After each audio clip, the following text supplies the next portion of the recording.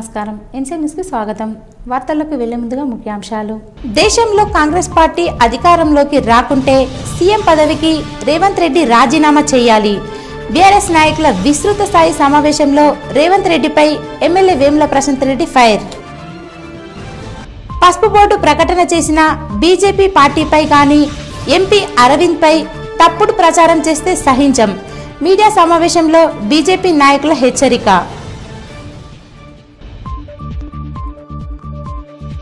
Armoor CI Suresh Babu బదిలీ నూతన సీఐగా రవికుమార్ బాధ్యతలు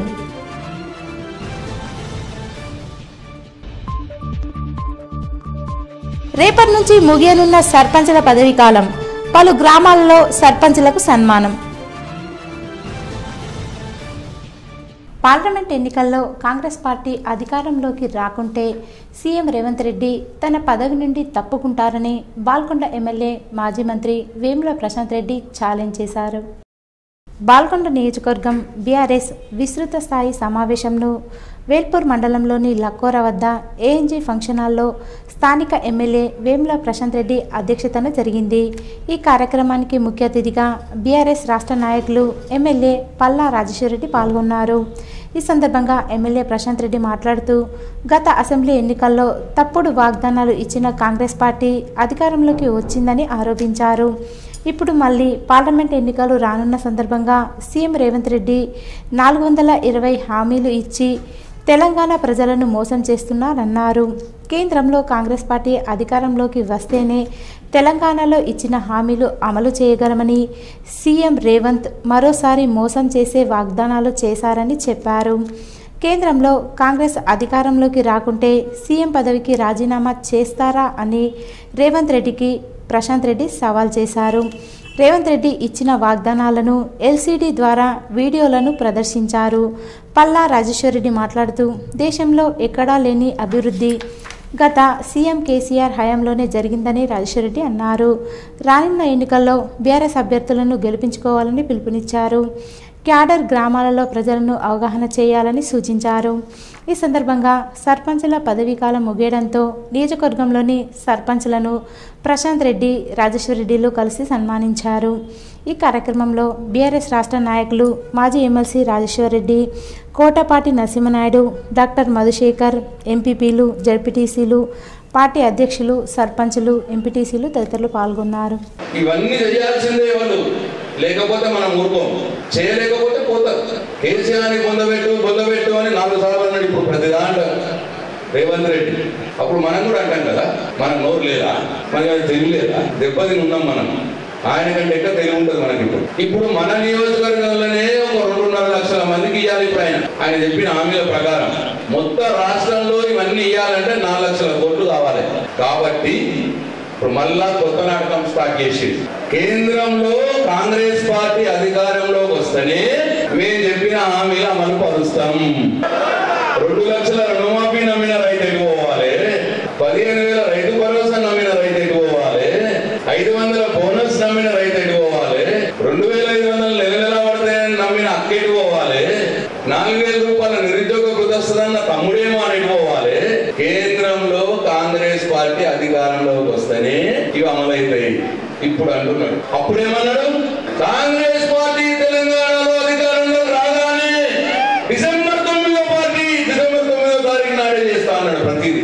అన్నాడా ఓట్లు దండుకున్నాడా అయిపోయింది ఇప్పుడు మళ్ళా అటు పెట్టింది కేంద్రంలో అధికారంలోకి రావాలన్నాడు చెప్పిన నేను ఇగో ఇది వీళ్ళ మోసం ఇవాళ మనం బహిర్గతం చేయాల్సిన అవసరం ఉన్నది ప్రజల్లో కాంగ్రెస్ ని పార్లమెంట్ ఎన్నికల్లో భూస్థాపితం చేయాల్సిన అవసరం ఉన్నది ఈ మోసాన్ని ప్రజలకు చెప్పవలసిన అవసరం ఉన్నది అన్ని వీడియోలు కూడా మీకు పంపిస్తాను ఇవన్నీ కూడా ప్రజల్లో చర్చ పెట్టండి 17 సీట్లు కాంగ్రెస్ పార్టీకి రావాలన్నట అప్పుడే అమలైతాయండి ఎంపీ సీట్లు అన్ని కాంగ్రెస్ పార్టీకి రావాలన్నట ఈ రాష్ట్రంలో ఎందుకు ఇప్పుడు మళ్ళా సెంటర్ ఎందుకు లింక్ పెడుతున్నావు అప్పుడు నువ్వు వద్దనే చేస్తా అన్నావు కదా మరి పోనీ నేను అడుగుతున్నా ఒకవేళ కాంగ్రెస్ పార్టీ కేంద్రంలో అధికారంలోకి రాకపోతే నువ్వు రాజీనామా చేసి బయటకు పోతావా మరి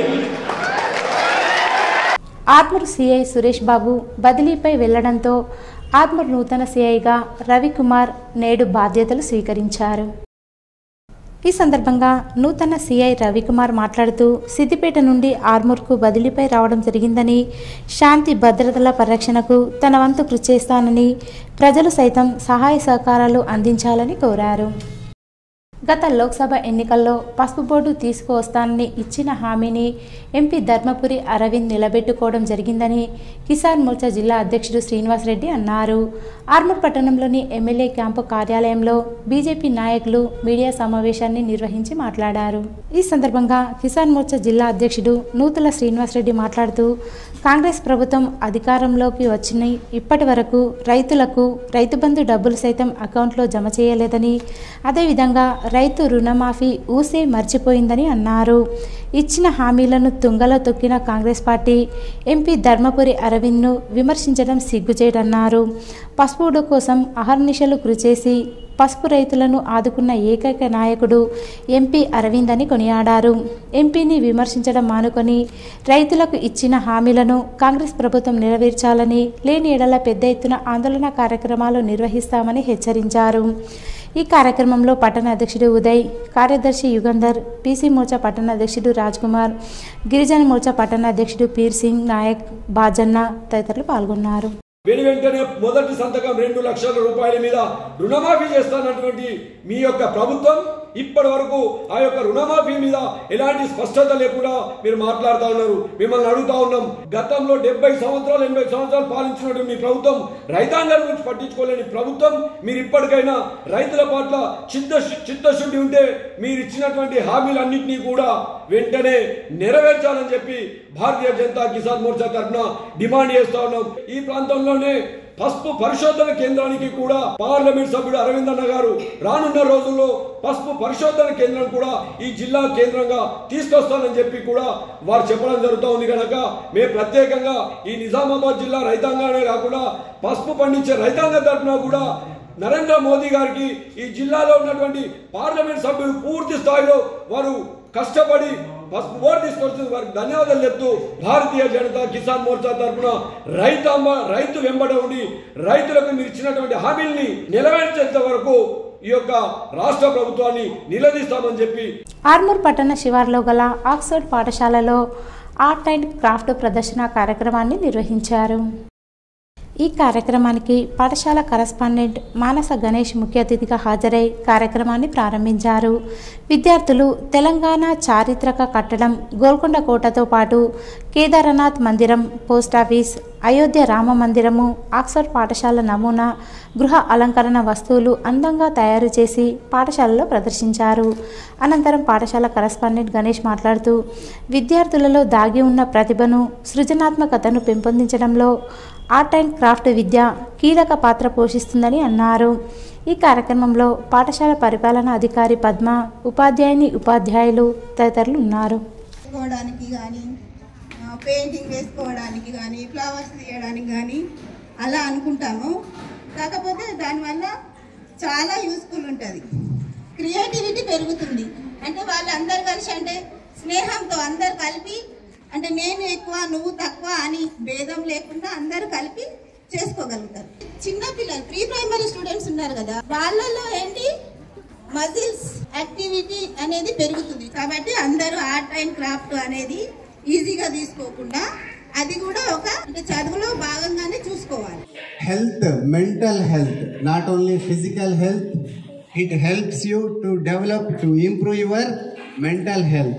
How it helps your mental health?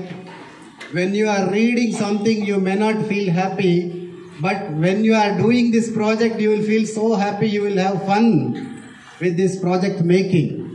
Nowadays, many students are addicted to TVs, mobiles and electronic gadgets like laptop or tab or anything you want to play in the gadgets, games or like that. When you are engaged with these projects, art and craft, painting, drawing, coloring, etc., if you are engaged in this project, you will be away from your TV and mobile. You will be away from all these screens.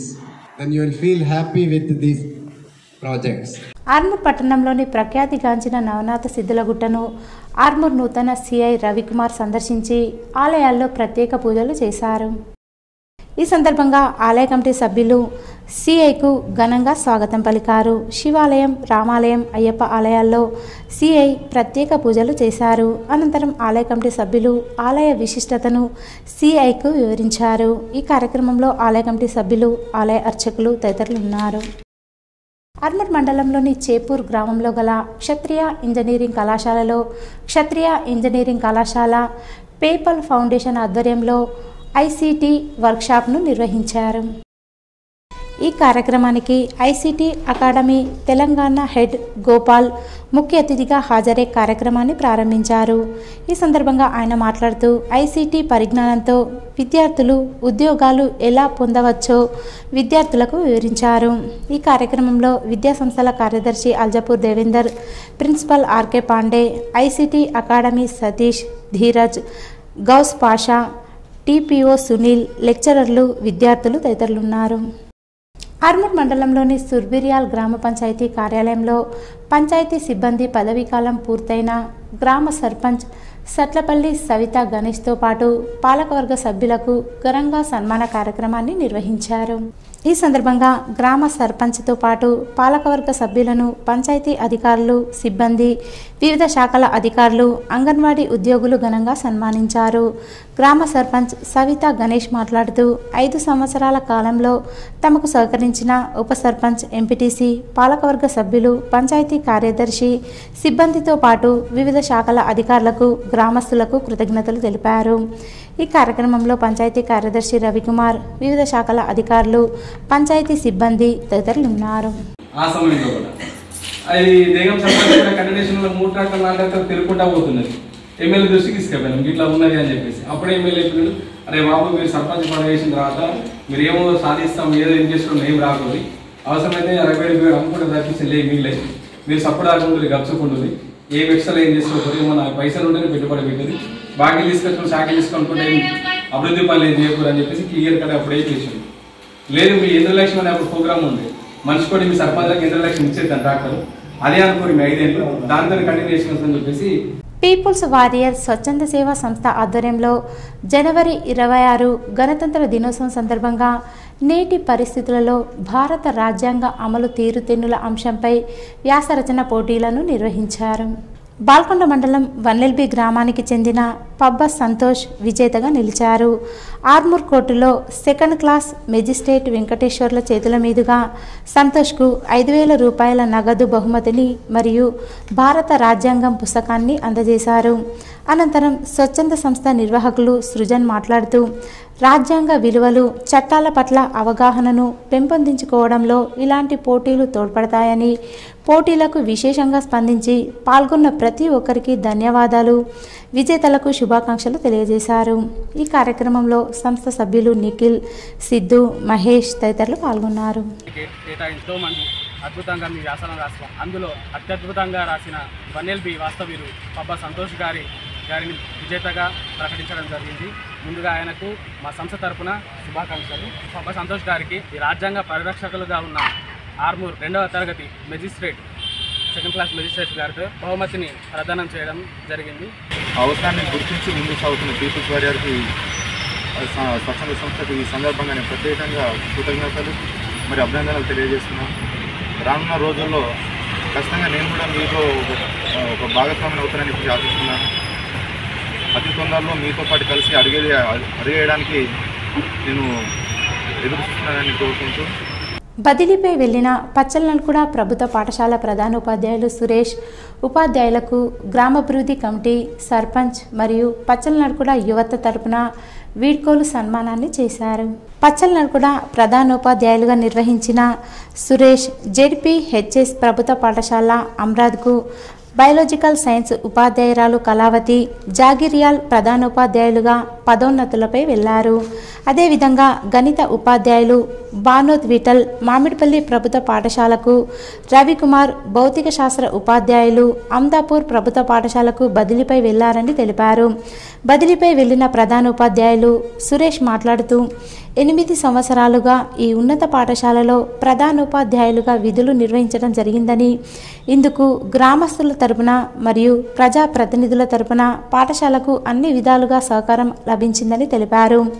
ఈ ఈ పాఠశాలలో విధులు నిర్వహిస్తున్న సమయంలో 10వ తరగతిలో 100% ఉత్తీర్ణత తీసుకురావడం జరిగిందని, సైన్స్ ఫేర్లో, ఆటల పోటీల్లో విద్యార్థులు రాష్ట్ర స్థాయిలో ఎంపిక కావడం జరిగిందని తెలిపారు. ఈ కార్యక్రమంలో ప్రభుత్వ పాఠశాల ప్రధానోపాధ్యాయులు రమేష్ కుమార్, స్కూల్ సీనియర్ ఉపాధ్యాయులు, secretary Ganga Narsaiah, primary school ప్రధానోపాధ్యాయులు నరేష్, సర్పంచ్ శ్వేత గంగారెడ్డి, ఎంపీటీసీలు నోముల గంగారెడ్డి, గంగాధర్, మన ఊరు మనబడి యూత్ సభ్యులు మరియు ఉపాధ్యాయ బృందం పాల్గొన్నారు. బాల్కొండ ప్రభుత్వ జూనియర్ కళాశాలలో ఫేర్వెల్ డే పార్టీ ఘనంగా నిర్వహించారు. జూనియర్ విద్యార్థులు సీనియర్ విద్యార్థులకు వీడ్కోలు పలికారు. ఈ కార్యక్రమంలో కళాశాల ప్రిన్సిపల్ చిన్నయ్య మాట్లాడుతూ విద్యార్థులందరూ చక్కగా చదువుకొని మంచి ఉత్తీర్ణత సాధించాలని, కళాశాలకు తల్లిదండ్రులకు మంచి పేరు తీసుకురావాలని కోరారు. అనంతరం విద్యార్థులు నృత్య ప్రదర్శన కొనసాగించారు. ఈ కార్యక్రమంలో కళాశాల అధ్యాపక బృందం, సిబ్బంది, విద్యార్థులు పాల్గొన్నారు. బాల్కొండ ప్రభుత్వ ఆసుపత్రిని Gandhari medical officer doctor sangeet Kumar సందర్శించారు. కాయకల్ప ప్రోగ్రాంలో భాగంగా Gandhari medical officer doctor sangeet Kumar ఆసుపత్రిని సందర్శించారు.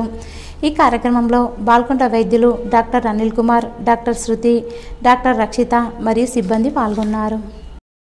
ఏర్గడ్ల మండలం బట్టాపూర్, గుమ్మిరియాల్ గ్రామాలలో మండల వ్యవసాయ అధికారి అబ్దుల్ మాలిక్ వరి పంట పొలాలను పరిశీలించి రైతులకు జాగ్రత్తలు పాటించాలని సూచించారు. ఈ సందర్భంగా ఏర్గట్ల మండల వ్యవసాయ అధికారి అబ్దుల్ మాలిక్ మాట్లాడుతూ ప్రస్తుతం వరి పైరులో యాసంగిలో నారుమడి, పిలక దశలో కాండం తొలిచే పురుగు, రెక్కల ఉధృతి అధికంగా గమనించడం జరిగిందన్నారు. ఈ పురుగు ఉధృతి నివారణకు పలు సలహాలు, సూచనలు చేశారు. ఈ కార్యక్రమంలో సాయి సచిన్, ఆయా గ్రామాల రైతులు తదితరులు పాల్గొన్నారు.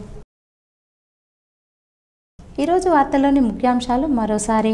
దేశంలో కాంగ్రెస్ పార్టీ అధికారంలోకి రాకుంటే సీఎం పదవికి రేవంత్ రెడ్డి రాజీనామా చేయాలి.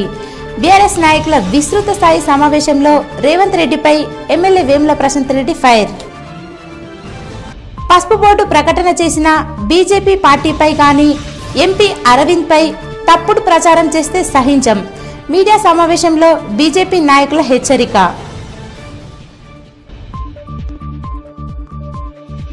ఆర్మూర్ సిఐ సురేష్ బాబు బదిలీ, నూతన సిఐగా రవికుమార్ బాధ్యతలు.